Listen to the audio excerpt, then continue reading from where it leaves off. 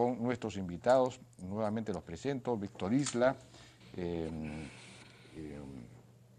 Alberto Bengolea, Pedro Espadaro y Javier Velázquez. Buenas noches, ¿cómo están? ¿Cómo les va? ¿Qué tal? Buenas noches. Bueno, reunión inusual, me imagino que es para celebrar con un pisquito, Víctor, No, yo creo el hecho de que hayan podido pasar la valla. No, yo creo que, mire, esta situación desde el viernes, donde el Parlamento tuvo en primera instancia un voto de abstención, que no significó evidentemente el voto de confianza, invita a una reflexión. O sea, no hay que ser, claro, no hay que desconocer que eso ha sido un jalón, ¿no? Claro. Evidentemente se jalón generó de una crisis. Claro. Y tiene que ameritar una evaluación. Hoy día el Parlamento, ya hay una votación, dio el voto de confianza y estoy seguro en ese horizonte deben los ministros haberse reunido, porque el señor presidente entiendo que debe estar llegando de viaje, ha estado en Ucayali, en Puerto Inca, si mal no recuerdo, donde habló con claridad que lo que necesitamos es unidad para sacar el país adelante, ¿no? Dejemos de lado nuestras diferencias en lo posible, hay que mantenerlas, vamos a tener siempre, pero buscando dentro de esas diferencias unidad. Y ahora el Parlamento creo ha tenido una posición clara, hay votos en contra, hay abstenciones, pero se ha podido conseguir 66 votos a favor. Ya el gabinete Cornejo tiene el voto de confianza y a trabajar, a mirar hacia adelante. Bueno, hubiera sido bueno quizás después de esta reunión del Consejo de Ministros que si ha sido una reunión de reflexión, de tomar la lección, digamos, de destilar cuál es la lección que queda después de esto, una declaración quizás del presidente del Consejo de Ministros hubiera sido buena para que haga una evaluación, en fin, pero ya vendrá pues en los días siguientes. Alberto, el Partido Popular Cristiano votó por la abstención el día viernes pasado y ahora votó por el voto de confianza, por dar el voto de confianza, ¿no es cierto? Y claro, las posiciones responsables en política son a veces difíciles de sustentar por alguna razón desconocida, pero digamos, hay quienes dicen se volteó el PPC, se volteó el PPC. Mira, las posiciones responsables son difíciles de sustentar a veces, y a veces no, porque yo creo que todas son posiciones responsables. O sea, yo creo que es responsable votar en este caso en rojo, en amarillo o en verde, porque obedece a convicciones que cada uno tiene en función de lo que ocurre. No me dejarán mentir los amigos que están aquí presentes. El día viernes nosotros estábamos con la idea del rojo, y coordinamos cuando estábamos en la idea del rojo tratar de buscar que toda la oposición votase en contra. Cosa que no logramos, porque salvo los aquí presentes, los demás estaban pensando en la abstención. Y con habilidad creo que surgió el fujimorismo, la idea, no la tengo muy clara, pero de allá me dieron la idea, me dijeron, si todos vamos en amarillo logramos esto que se logró, el gran mensaje de la oposición. Ahora, a partir de allí, yo creo que cada uno tenía agendas muy respetables distintas. Yo escuchaba a Alan García hacer sus demandas, al fujimorismo hacer las propias. La nuestra fue una desde el principio, y fue una y muy clara. Hagan el deslinde claro con Nadine. Terminó aquel día viernes y dijimos, no han hecho el deslinde claro, por eso era nuestra posición contraria. Después de eso insistimos en la misma opinión. Y cuando a mí la prensa me preguntaba, decía yo lo mismo, si hacen el deslinde claro, el voto va a ser verde. Si no lo hacen, el voto será rojo. Durante el fin de semana se presentó el Premier en diferentes programas y le hicimos saber que habíamos considerado que no era suficiente. Hoy día, lunes por la mañana, hemos estado reunidos desde las 9 de la mañana en el despacho, todos los miembros de la bancada, y después de una conversación ¿Con el presidente? No, nosotros solos. Y después de una conversación larga llegamos a la conclusión de que no había claridad en el mensaje. Y delante de la prensa salimos y le declaramos a la prensa, todo eso está en video, le declaramos a la prensa, no está claro, vamos a la PCM en este momento a decirse lo que no está claro y que el voto va a ser rojo. Fuimos, se lo dijimos y le hicimos una sola exigencia. Sea usted claro, necesitamos un mensaje claro final. Y él se comprometió con nosotros. Tienen mi palabra que este mensaje llegara. Llegó luego la famosa nota de prensa. Y en la nota de prensa nosotros encontramos la claridad que estábamos reclamando. Ahora, yo he escuchado críticas de quienes dicen eso no es suficiente. Bueno, nosotros pedíamos esa claridad, ese mensaje enfático, contundente, de que el Premier no iba a permitir injerencias en el Ejecutivo. Nos llegó, teníamos que robar la palabra. Es decir, si yo le digo, cumple esta condición y doy verde, y la cumplieron, faltando una hora para el debate, nos presentamos otra vez a la prensa y dijimos, aquí está lo que estábamos solicitando, nuestro voto va a ser verde. Bueno, esa es un poco la historia, la nota de prensa... Y perdón, solamente para terminar, Jaime, sin querer decir, porque yo acepto perfectamente que otro me diga, no, eso no es suficiente, bueno, está bien, esa es la opinión de cada uno que yo respeto, de eso se trata la libertad y la democracia, que cada uno tiene ideas distintas, ¿no? Bueno, efectivamente hoy en la nota de prensa esta dice que el presidente del Consejo de Ministros, René Cornejo, reiteró que el equipo que él lidera trabaja y va a trabajar con el fin de fortalecer la institucionalidad y la gobernabilidad del país. Comillas, nosotros arrancamos haciendo un deslinde, rayamos la cancha en el Ejecutivo. Van a haber una participación más activa de los ministros. Esto se va a ejercer de esta manera. No se va a permitir ningún tipo de intromisión. Me imagino que esa fue la frase que a ustedes los dejó satisfechos. Esa y el título. Para nosotros el título fue muy importante. El jefe de gabinete enfatiza que no permitirá ningún tipo de enfáticamente, intromisión. sin medias tintas, sin dubitaciones, sin ambajes. Sé enfático en tu declaración. Y utilizó hasta la palabra. O sea, después de eso nosotros dijimos, oye, esto es lo que estamos pidiendo. Esa fue la posición del partido. Bueno, no sé, Marta Chávez envió un tuit diciendo que Marisol Pérez Tellez había mencionado como 5 pedidos distintos del PPC el día viernes. No, ya eso es parte en el debate. Yo también me paré alguna vez a hablar de educación física y hablé de otras cosas en las interrupciones que se dan dentro del debate porque surgen otros temas. Pero nuestro pedido, además lo hice yo, Jaime como vocero, comencé y cerré con exactamente el mismo pedido. Una declaración política, olvídense de temas técnicos, un tema político reclamamos. Ahora, bueno, esa es una... ¿Qué pasa si la primera dama, Nadine Heredia, no puede contenerse, digamos, en sus límites legales y en su función, se desborda y nuevamente vuelve a las andadas? Perfecto. ¿Qué pasaría? Te agradezco muchísimo la pregunta. Nosotros no podemos censurar a la primera dama, primero porque no tiene una representación, no es nadie, es parte de lo que reclamamos. No asume ninguna responsabilidad, es bien fácil el papel que tiene. Le estamos reclamando a quien debemos y además quien tiene la obligación constitucional, que es el Premier, de que él ejerza autoridad. Él es quien tiene que ejercer autoridad. Si él se muestra incapaz para ejercer autoridad y permite intromisiones de quien no tiene legitimidad para mandar, nosotros seremos los primeros en convocarlo, seguramente con el apoyo de los amigos aquí presentes, para activar los mecanismos constitucionales que hagan asumir la responsabilidad, ¿no? Si hay que haber censura, tendrá que haber censura. Ahora, ¿cuáles son los límites realmente de la actuación de la primera dama o de Nadine Heredia? Porque ella... ¿Hasta dónde puede ir? Porque efectivamente ella es política, tiene razón en el gobierno cuando dice que ella formó el Partido Nacionalista, es ahora incluso presidenta, por lo tanto tiene derecho a expresar sus opiniones, no solo eso, a defender las políticas del gobierno, eventualmente incluso a explicarlas, y ya cuando empieza a explicarlas empieza a entrar en el terreno o no de la vocería. Es decir, ¿cuál es el límite? No es muy claro tampoco. O se le prohibiría, ella no debería volver a hablar. ¿Cuál es la cosa? Jaime, buenas noches. Buenas noches, Pedro. Bueno, en primer lugar señalar que con 66 votos a favor y 52 en contra y 9 abstenciones, es decir, por 5 votos, el gabinete está herido de muerte. Este gabinete va con respirador artificial hasta el mes de julio, probablemente, y no creo que más. Sí, pero también, por otro lado, perdón, en la medida en que se ha puesto en su sitio a la primera dama, entonces ahí vamos. El Cornejo queda fortalecido. A ver, ahí vamos. Queda fortalecido, su papel se afirma. A ver, Jaime, lo que ha señalado me parece que de la boca para afuera.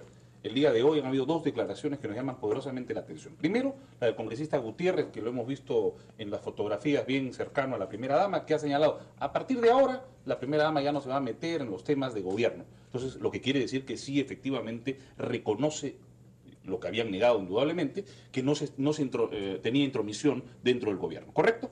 Y en segundo lugar, hoy el presidente del Congreso ha señalado, luego de la votación, que el rol de la primera dama siempre ha estado definido, que la señora Humala sabía cuál era su lugar y que ella va a seguir hablando como presidenta del partido de gobierno.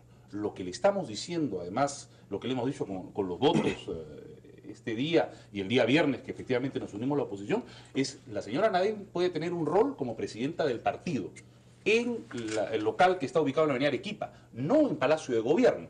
Es desde ahí que tiene que inmediatamente coordinar con su bancada, con el partido de gobierno, pero no tiene de ninguna manera que ser la vocera del gobierno en los temas como el sol, dar la luz verde a los ministros para alguna compra, no tiene que hablar sobre el tema del sueldo mínimo. Esos son roles que le competen al gobierno. Y el gobierno, por si acaso, no es del Partido Nacionalista, el gobierno es de todos los peruanos. El presidente de la República es el presidente de todos los peruanos y, por tanto, la señora que está, digamos, como presidenta del partido, no puede pues utilizar los fondos del país, los fondos públicos, para realizar, por ejemplo, sus actividades.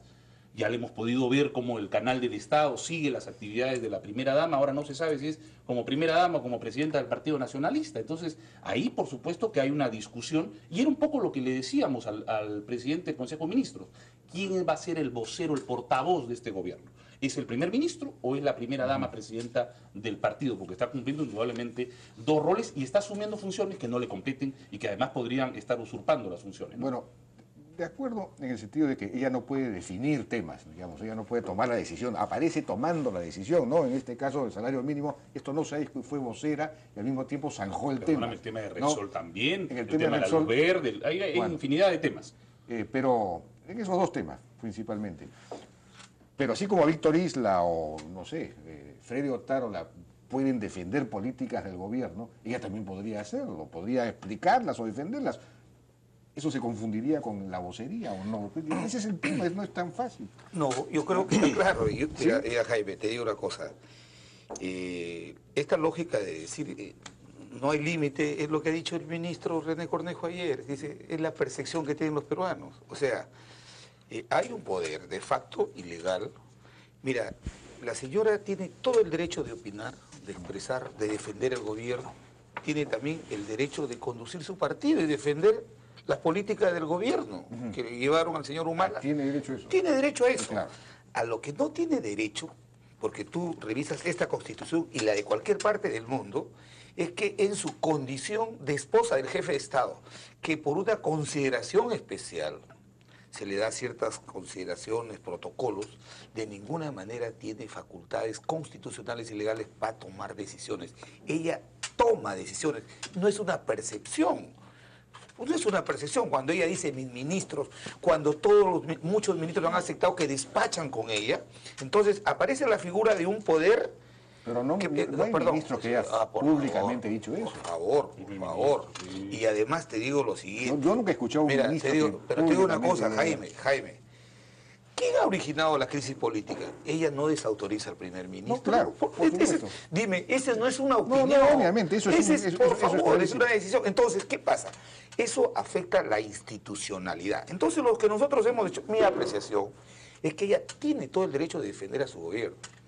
Lo que tiene que hacer el presidente de la República es, o dos cosas, o la nombra ministra o la designa. No, pero ellos dicen que sería nepotismo. Por eso, no? Entonces, por eso, pues. No sé, te lo digo. Esa es una solución, pero yo le consulté el otro día a un constitucionalista y me dijo que eso era nepotismo. Ahora, por eso. No pero tiene que haber una discusión, porque el presidente, lo que yo percibo es que el presidente, el único que ha sido elegido por el pueblo, y se siente que no tiene liderazgo ni autoridad para conducir el país y necesita el auxilio de su cónyuge. Bueno, como esa figura... Pero eso es la realidad. No, sí, pues es la realidad. Yo también, eso no lo vamos a poder cambiar. Es que yo también podría hacer lo siguiente. Vamos a poder cambiar eso. Yo también, sí se tiene que cambiar por el bien de la institucionalidad. Y te lo digo porque... Te lo digo el por tipo de relación que hay dentro de la pareja. No lo vamos a poder cambiar. Eso no lo voy a poder cambiar. Claro, lo que sí tiene que cambiar en el país y fijarse lo siguiente.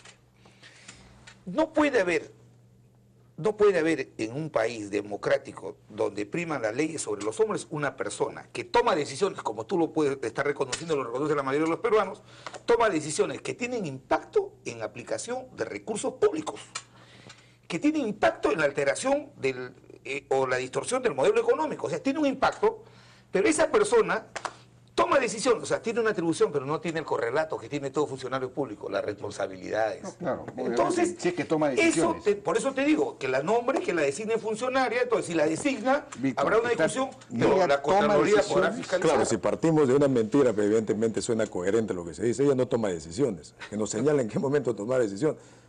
La primera dama, en este caso, el otro día en una discusión con Mauricio, creo que llegamos al tema, se da que las anteriores primeras damas no tenían actividad política. Entonces, Nadine Heredia sí, pues, es fundador del partido, comenzaron esta propuesta política con su esposo, ha sido miembro permanente del CEN y ahora es la presidenta del partido. Entonces tiene una vida política más activa y correctamente explica y habla de las políticas del partido de gobierno, pero hace correctamente su rol de primera dama. Entonces, nosotros consideramos que no se puede partir la persona, no puede actuar. En anterior oportunidad se decía, creo que en la época el presidente Fujimori va a hablar como candidato, va como presidente. No es así. La señora Heredia es primera dama y a la vez pues, es una militante activa del Partido Nacionalista. Y ese es el rol donde que tiene opiniones políticas respetables. Pero no quiere decir para nada que hay injerencia. Quien dirige la política pero cuando ella dijo el presidente de la República. El tema del salario mínimo no se ha discutido en el gobierno. eso no era una opinión, era una información. No, Ella estaba siendo vocera en ese momento de No, hablaba como quizás de miembro su como marido, miembro pero del hubiera podido partido. decir, mi esposo me ha encargado de decir esto. Eso hubiera sido pasable. No, pero habló como miembro del partido, No, sí. en el entendido que siendo una propuesta del candidato Yantumal en su momento el incremento del salario mínimo y habiéndose cumplido en 2 tramos, en ese escenario habló la primera dama. Pero no hay que haya injerencia, de que haya tomado decisiones, eso es absolutamente falso. Me están pidiendo una pausa, a ver si me permiten, regresamos. Llegó el nuevo Bolívar Matic. Ahora sí, mi lavadora lava como yo quiero. Con Bolívar Matic no refriego nunca más. Mi lavadora lava hasta en los lugares más difíciles. Nuevo Bolívar Matic. Su espuma controlada genera más fricción y lava como si tú misma estuvieras refregando la ropa, dejándola impecable. Con Bolívar Matic solo pongo la ropa en la lavadora y listo. La limpieza perfecta de lavado a mano, ahora en tu lavadora. Lo que tanto esperabas. Hoy, solo en Movistar, puedes tener un iPhone con 4G LTE. Pídelo en planes vuela hasta con 4 GB. Si quieres un iPhone que sea 4G LTE. Solo en Movistar. José se ganó los 20.000 soles, pero no quiere que lo reconozcan. Gana todos los viernes con la cuenta premio del BCP. Lo que tanto esperabas. Hoy, solo en Movistar, puedes tener un iPhone con 4G LTE. Pídelo en planes vuela hasta con 4 GB. Si quieres un iPhone que sea 4G LTE. Solo en Movistar.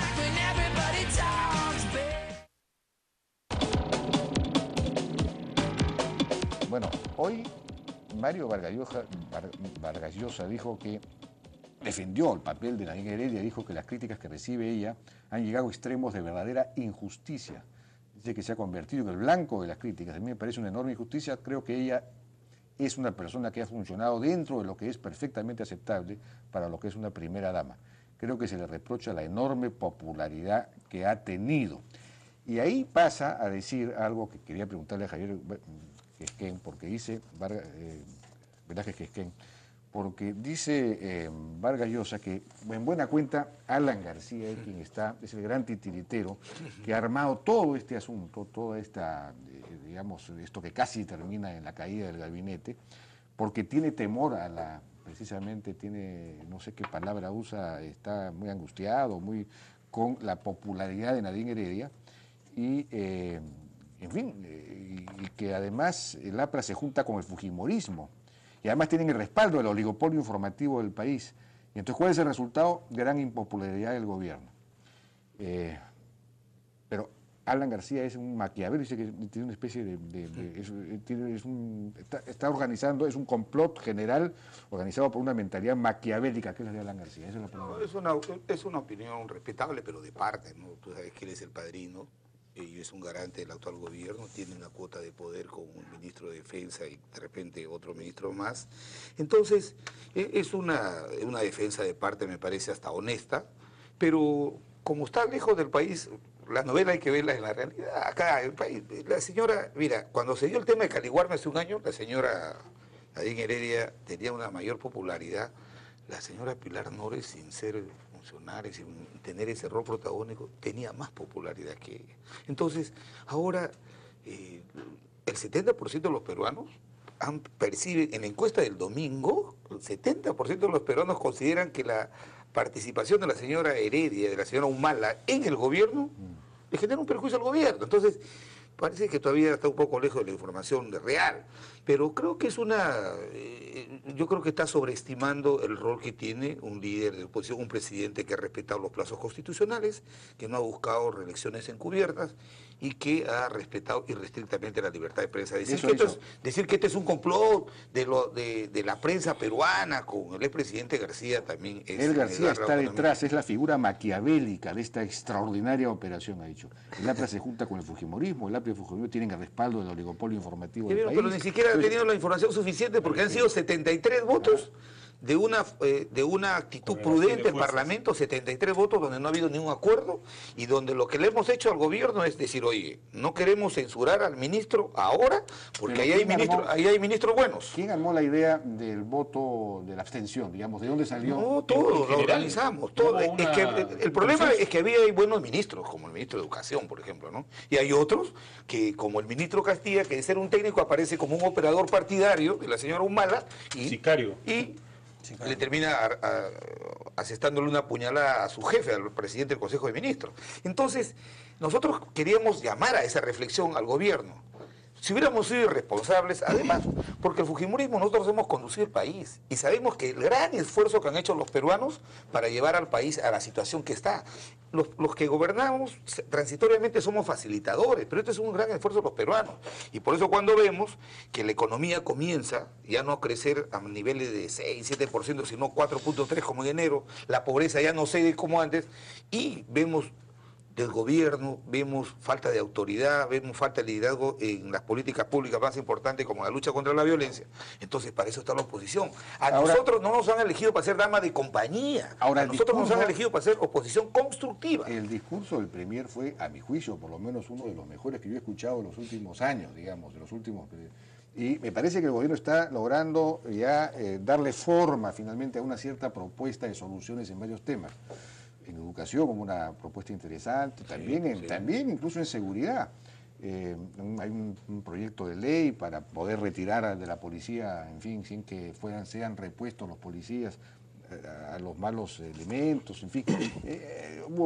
Nadie ha discutido los temas que se propuso, porque el tema fue otro, fue político. El tema era otro, claro, el tema era político. Fue muy buena. Pero ¿por qué, digamos, si el gobierno está afiatando su propuesta cada vez más? Ha pedido un acuerdo nacional para el tema de la seguridad. ¿Por qué se dice que este gabinete tiene sus días contados? A ver, primero hay que lamentar las expresiones del señor Vargas Llosa, que lamentablemente por su no vivir en el país no conoce la realidad, lamentamos mucho. Todavía le genera la herida de haber perdido en el año 90 las elecciones y lamentablemente sigue hablando. Tiene 2 ministros en el gabinete, es garante y por supuesto tiene que decir algo en favor del gobierno.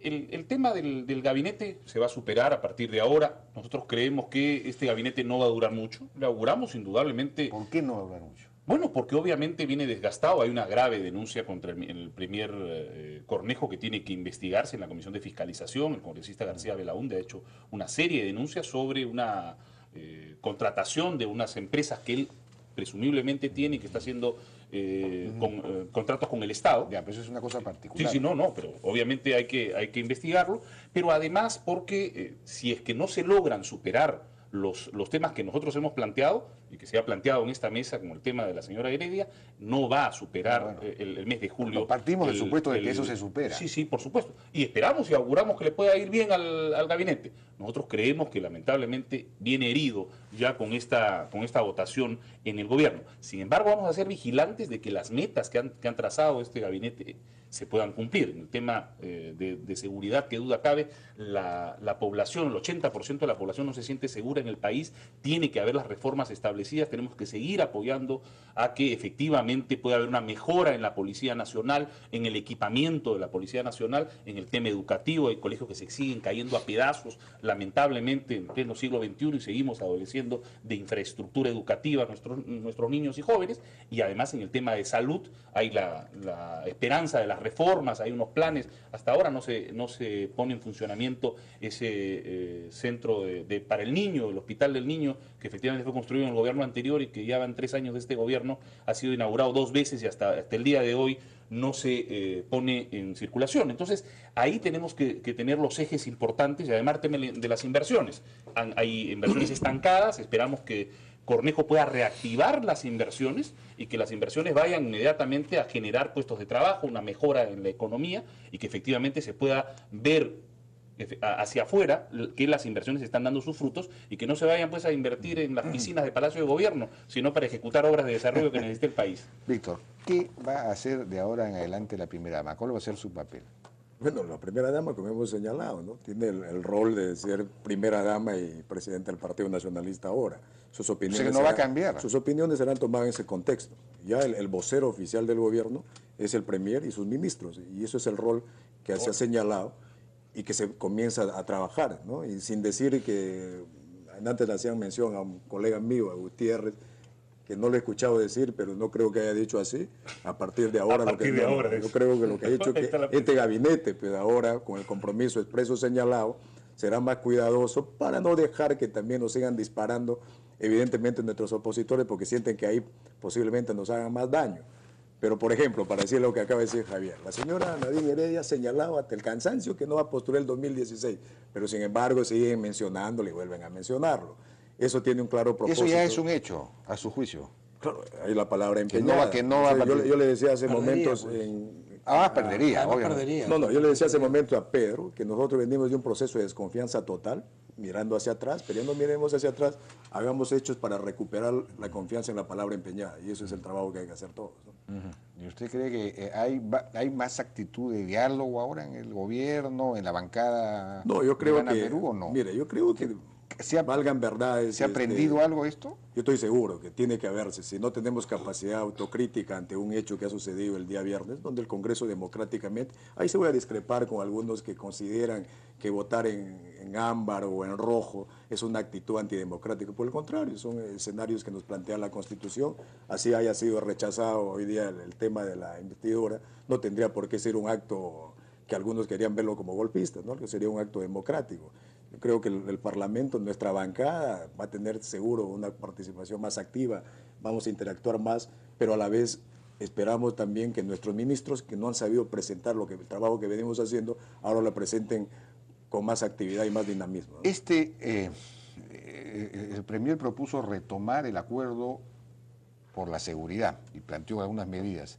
¿Esto tiene algún viso de realizarse, el acuerdo político, o ya esto no va a tener mayor impacto, en fin, no va a tener mayor receptividad? Acá hay un liderazgo que tiene que asumir el Poder Ejecutivo, ¿no es cierto? Yo creo que ninguna bancada va a ponerse de costado frente a un tema que es tan sensible y que es una demanda popular, pero lo que hemos visto es una incapacidad absoluta del Ejecutivo desde el primer día hasta hoy.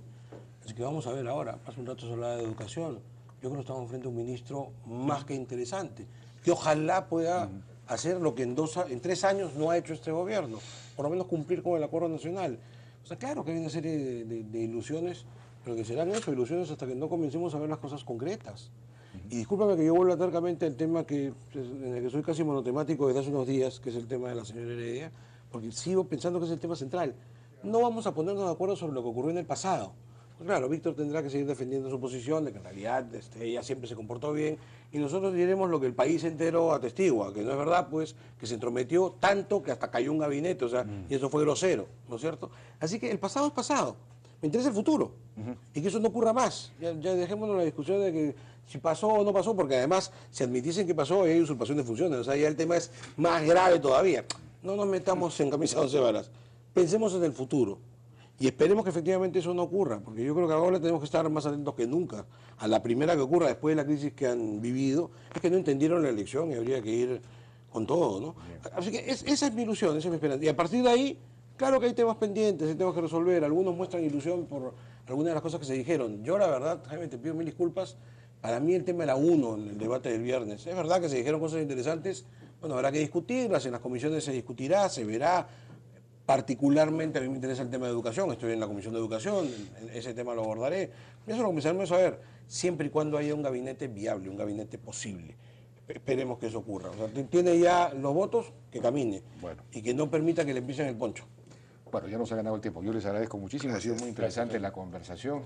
Hemos terminado 2 o 3 días intensos en la vida política del país, con un resultado que al final puede terminar siendo positivo, ¿no? Porque no se produjo la ruptura y al mismo tiempo pues se han tomado, esperemos, las lecciones del caso. Sí, el gobierno las debe haber. Fortalece la institucionalidad democrática. Finalmente se ha fortalecido, claro. Oye, el legislativo ha peleado para fortalecer el ejecutivo. Ese es el final de esta historia. Y se ha fortalecido el ejecutivo también. El legislativo también. Sí, pues claro. Bien, entonces... Gracias, podemos llegar a consenso, ¿se da cuenta? Gran gestor. Bien, Víctor Isla, muchas gracias. Muchas gracias. Vamos a una